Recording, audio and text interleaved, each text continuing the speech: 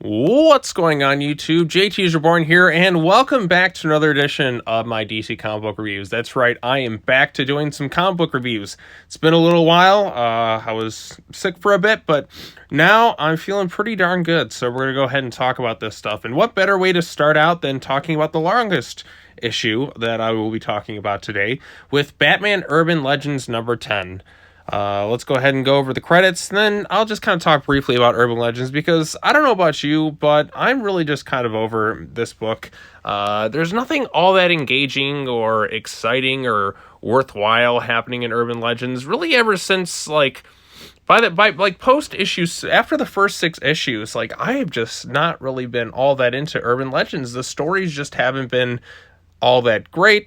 The backups are just kind of okay. I'm waiting for that one story to really grasp me, but I'm just not getting it at all. Man, the Chip Zdarsky Red Hood storyline was so good, and I even like the Grifter storyline, but really outside of that, like, what really great stories has Urban Legend given us? It really hasn't. Like, I can't think of really anything else that stood out, but yeah, I just wish I feel like DC should just kind of drop this book after 12 issues. That's my opinion. Unless they can really craft an engaging storyline that can match the greatness that was that Teardrop storyline. I just don't know. But we got a couple stories in here. The first one is Tim Drake in A Carol of Bats.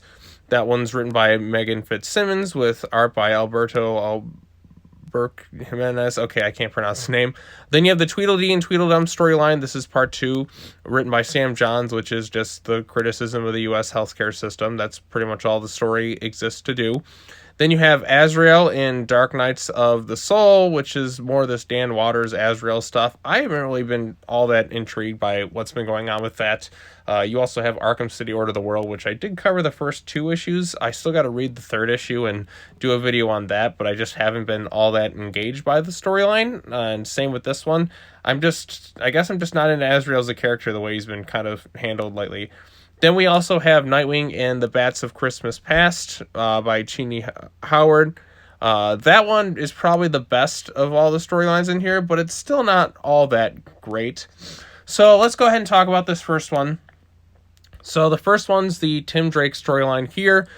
Basically, his whole thing is he wants to make Batman happy, and you can't make Batman happy because Batman's never happy. You see him in Bloodhaven, he meets up with Dick Grayson, he's still talking with Bernard because this is like the follow-up to that issue where Tim Drake was dating this character as Bernard.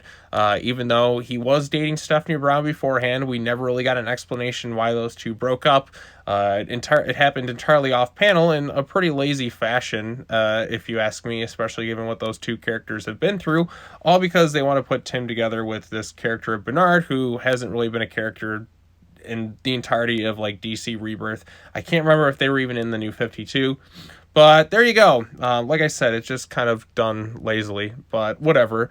So yeah, Tim is like, Bernard's asking if he wants to be happy. He's like, that's the thing, Bernard. I think I am. So why do I feel like this? Like, I'm happy. I'm not happy. I'm happy. Like, what is even Tim Drake's character now? It's just like, is he happy? Is he not happy? Just make up your mind already. Give him a good, compelling story. Like, all this other stuff has just not been that exciting. So yeah, he tries to make Batman happy. At least he interacts with Nightwing. They face off against Mammoth, I guess, which is cool if you want some Tim and Dick teaming up with each other, which was done better in Tom Taylor's Nightwing run, I might add. Yeah, you get a softer side of Batman, so I guess that's good. We also have Tim telling Batman about Bernard, which, you know, cool, I guess. The best moment of the whole issue is this one line here where Batman says, "You don't have to try to make me happy, Tim. I'm happy because you're my son." I really like that line. I thought that was pretty good. And then the ending of the issue is basically, "Merry Christmas, Robin. Happy holidays, Batman." Also, Tim Drake is supposed to be the smartest Robin. It's freezing outside. It's clearly snowing. Why is he just wearing sleeves? Like where are his sleeves to keep his arms warm? I mean, it's freezing out there. Like, he's going to catch a cold and he's going to get sick. I mean, he's supposed to be the smart one. Give me a break.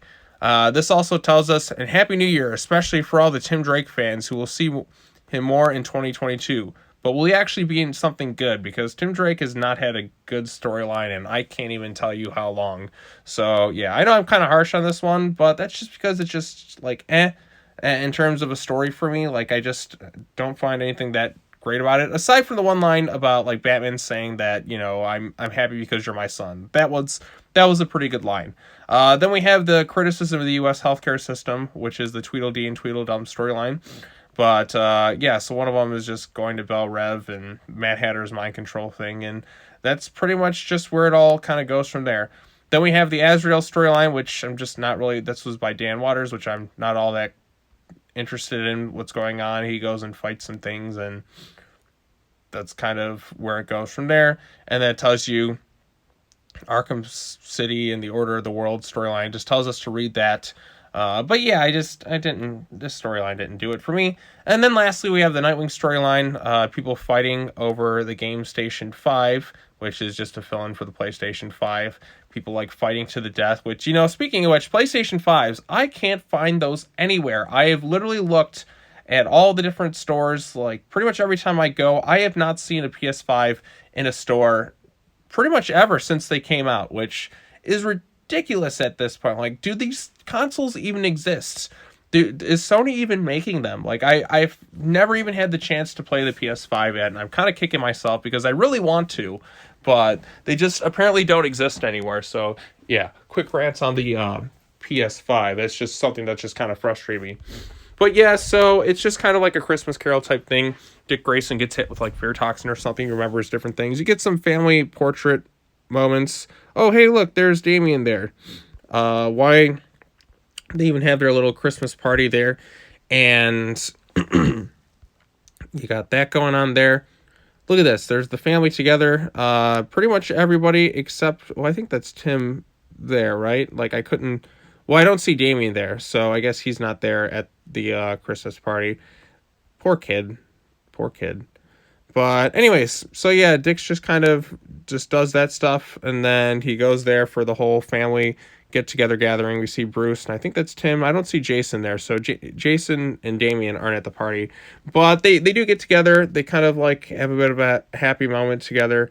And yeah, that's kind of where the story ends. So at least you get the Bat family, most of them together on, celebrating their whole like Christmas Eve tradition there. So yeah, that's pretty much it for it. Like, I mean, at least it was an okay like Nightwing storyline, but nothing all that amazing or anything like that in this issue of Urban Legends, which is just kind of an ongoing trend with this book. And I know they're going to keep making issues of this thing, and I have talked about everything, but I just want a really good storyline in Urban Legends. That, I know I've stressed this plenty of times, but that Chip Zdarsky Red Hood storyline was so good, and even the Grifter one was pretty good, all things considered. Like, it was at least something that kind of kept me intrigued for the first, like, 5 or 6 issues of the book. But really, after that storyline drops, like, the quality has just not been up to par. There's nothing that's been able to touch that first storyline. So I'm begging at this point for this book to get really good, but we'll see what happens. I mean, stranger things have happened. Maybe this book will get better. I don't know, but yeah, like I said, like, at best it was just kind of okay. I don't hate anything in this thing. Like, I don't want anyone to think that. I don't think it's like truly awful, but I'm just not really into Urban Legends right now. Like, I'm just waiting for that one storyline to kind of really grip me, and I hope for good things. Like, I know this thing mentioned like Tim Drake's in 2022. Please give Tim a really good, interesting, exciting storyline to be a part of. He just hasn't been a part of anything that good in the past couple of years, so I'm hoping that'll change. All right, well, that's all I got to say. Tell me your thoughts on this issue in the comment section down below. Be sure to like this video, share it with your friends, subscribe to the YouTube channel for more content. Be sure to come back next time, as I'll be covering whatever issues I have yet to talk about. And I will see you all later. All right, take care now. Bye-bye then.